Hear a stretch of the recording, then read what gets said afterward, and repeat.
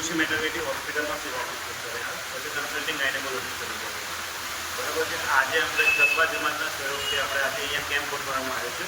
મૂળી મદ્રેસા હોલમાં આપણે કેમ્પ ગોઠવવામાં આવ્યો છે. અને અત્યાર સુધી આપણે નોર્મલી 45થી ઉપર પેશન્ટ આપણે જોઈ ચૂક્યા છે. બરાબર છે.